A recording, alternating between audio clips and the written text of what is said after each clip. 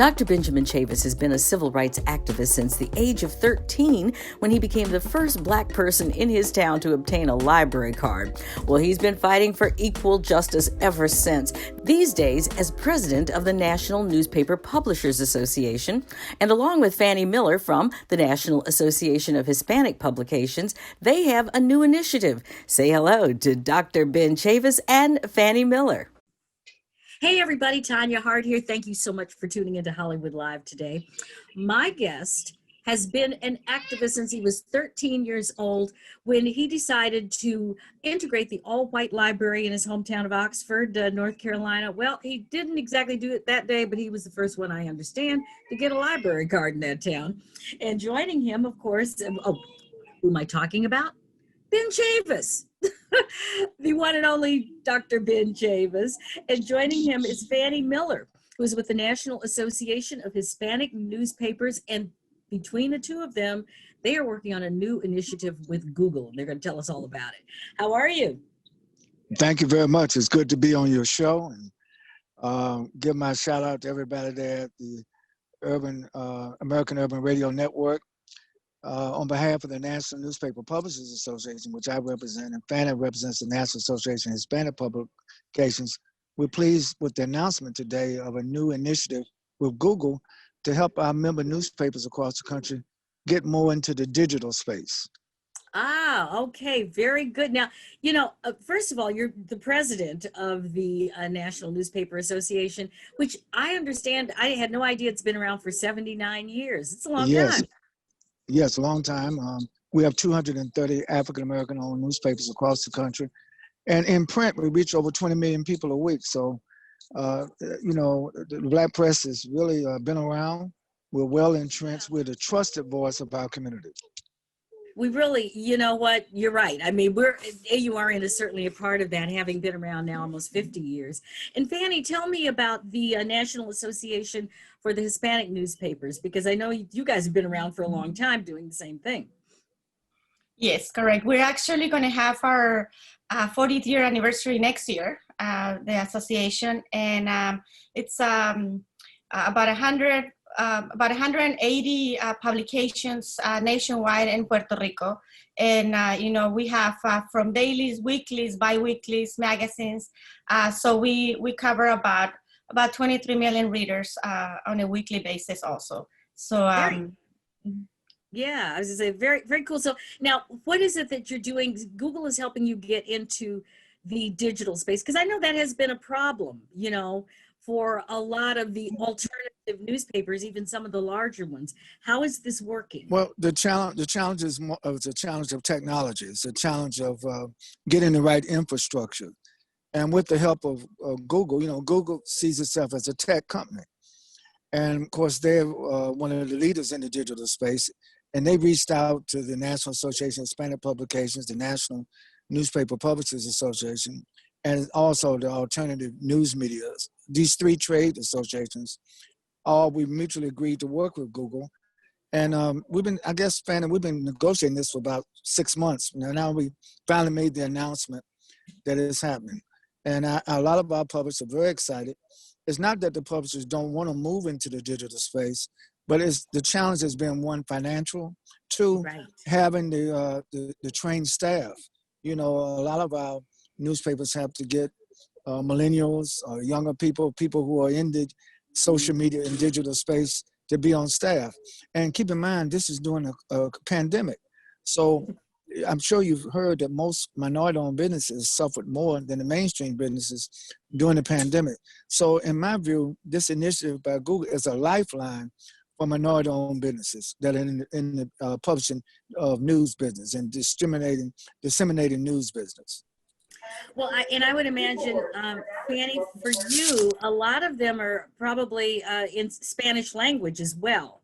So you've got to deal with that extra layer. Tell me about that. Well, primarily, most of our publications are in Spanish. We do have some that are both bilingual, Spanish and English, but most of them are, and then some that are in English. The big challenge, and I don't think the language is a challenge, is what Dr. Chavis was saying, is just the training, going digital. Most of our publications are still primarily print, but they do have an infrastructure of, the online, the social media. They have that, but we need more to be able to move forward, to make sure that they're still being able to, or we're still able to, cover the news and anything that is for our Hispanic communities on the news. We have just gone through an election, and we know how important the news media is, and we know how hard we have all worked to present fair and accurate and truthful news, which I know all of you are doing here. We've all worked really hard at that. And no matter what has been said about the news media, we know that to be true. In terms of presenting that to your readership in this platform, what do we all need to do? What are you guys working on, and how is Google actually helping you do that? Well, I think there are three things. One, we, as a result of the collaboration with Google, each of our trade associations are hiring a full-time digital specialist that'll be on our staff, working at our national office in each of our three trade associations. So two, we will get staffing. And then we will also have access to work with some of Google's well-tested digital products. So also, we're in the news business. So we're going to not only be reporting news, we're also going to be breaking news. I like that idea. Fanny, you wanted to add to that? Yes. So the GNI, the Google News Initiative, what you were asking earlier, so it's actually they've been doing this for quite some time. So this is just a part of it that they're doing with the minority-owned publication newspapers. But we believe that this is going to be the beginning of a longer and more fruitful relationship between our organizations, our publishers, and Google. Because as we all know, the digital era took a lot of our a lot of publications out of the market, and it took a lot of our revenue. So we some publications have been fast about going into it, and some smaller publications and smaller markets we've been slower in getting to the where we need to be to catch our which we already have. We just need more training on it, and that's what I'm looking for. I'm looking for to make sure that we give more of what's already out there to the very busy publishers, on a weekly basis. I mean, we're all very busy, but right now with the pandemic and everything that has happened, I think it's kind of put us all behind and sat down and say, okay, where am I going next with my product and with my publication? And this is where we have to go next. Exactly. And I think you made reference to the recent election. Everybody knows the Black vote and the Latino vote help determine the outcome of the election, and particularly in states like Texas, Pennsylvania, Michigan, Wisconsin, all the swing states. But I want to say that most people don't know it was the minority press, the Black press, that helped push not only the right to vote, but encourage people to exercise their right to vote. And I think one of the reasons why you had a record turnout in the recent election is because of the power of both Black and Latino press. So now if we add to that the digital component, that's only going to make us stronger, not weaker. And there's one word I didn't use. I think it's fair to say that the Google News Initiative, the Transformation Lab, will help all of us to be much more sustainable, because sustainability in the marketplace is so important. It absolutely is. And I know that you're about to get on a plane because you're at the airport, Dr. Chavis.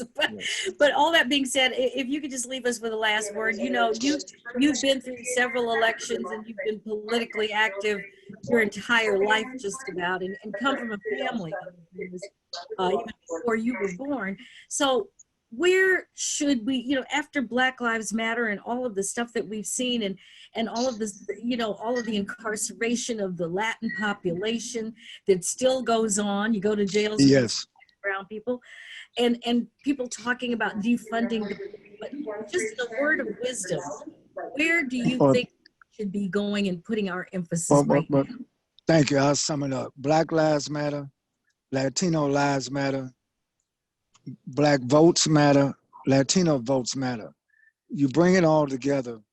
If Blacks and Latinos unite, particularly in our papers, as we are now with the Google News Initiative, it's going to make our voices, our collective voices, stronger. You know, in corporate America, there's a big debate now about diversity and inclusion. After what happened to George Floyd, everybody, corporations are scrambling to deal with their corporate social responsibility. So the climate is ripe. Even though our country is deeply divided politically, I'm optimistic as we get ready to go into 2021. I think we're going to not only have greater sustainability of the Black press, but I see the voice of Black and Latino press becoming stronger. And if that happens, our communities that we serve will also become stronger.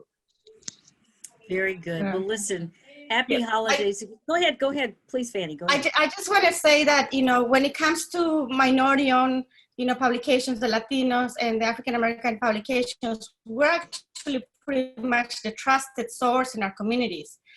With so much fake news and everything that has been, that has happened in the past, couple of years, and with these elections, I think that's where we're coming to. So important, with newspapers that we're actually, a very trusted source. And I agree. See and read our story. Okay, I think Fanny's, absolutely. Yeah, Fanny's a little bit frozen, but go ahead, Dr. Chavis. Yeah, but I just want to sum up. Look, in Black radio, let me talk about the American Urban Radio Network. Y'all don't get enough salute. Look, your voice is also very important. You're like the drumbeat in our communities. So Black newspapers, Black radio, what little we have in Black TV, Black social media, we all have to unite. We need multiple media platforms that advance the cause of freedom, justice, and equality and empowerment for all of the communities in which we serve. It really does. And I thank both of you for what you've done for so long to make sure that our voices are heard and that, again, we tell the truth, and we'll even give you both sides of the story. Absolutely. Absolutely. It's called journalism, everybody. Two of the best people right here with me. Thank you so much, Fanny. Thank you. God bless. God bless, Dr. Chavis. Good luck and fly safe, and everybody be safe for the holidays. And we'll catch up with you in the new year and see where we're all going with this. All right. I just want to make a plug before we go. I have a new program on public broadcasting called the Chavis Chronicles. I want to talk to you about it because we're chronicling not only the last 50, 60 years, but we're talking about all the opportunities for 2021. I'll be back in touch with you. Oh, please do. I'd love to talk about that. We've always got stuff to talk about. So. Absolutely. God bless. Thank you, Fanny. God bless. Take care.